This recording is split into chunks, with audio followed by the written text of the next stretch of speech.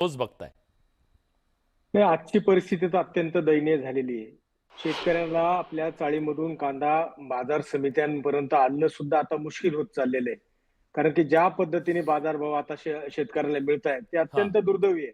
परंतु आपण बघतो की सातत्याने ज्यावेळेस आपण बघतो की शेतकऱ्यांची बाजू कोण घेतं, तर शेतकऱ्यांची बाजू फक्त विरोधी पक्षात जो कोणी असेल, तोच फक्त शेतकऱ्यांची बाजू घेतो आणि तो परत सत्तेत आला, की परत ती सत्ताधाऱ्याची भाषा बोलायला लागतोय. हं. आणि म्हणून जे काही चित्र आहे, ते या ठिकाणी बदलताना दिसत नाहीये. मागील 10 वर्षामध्ये जर आपण एकंदर आढावा जर घेतला, तर कमीत कमी 15 ते 20 वेळा या कांद्याच्या बाजारामध्ये हस्तक्षेप झालेले आहेत.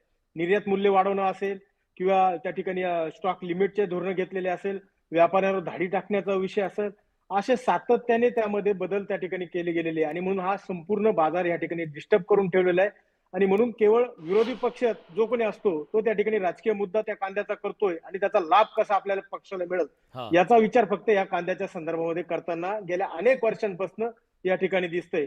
परंतु जे ते काही कांद्याला बाजारभाव मिळवण्यासाठी जे काही निर्णय अपेक्षित आहे, ते निर्णय या ठिकाणी घेताना कुठलंही शासन त्या ठिकाणी दिसत नाही. ही वस्तुस्थिती आज या ठिकाणी बघायला मिळत आहे. भारतजी आपल्या सोबत आहेत.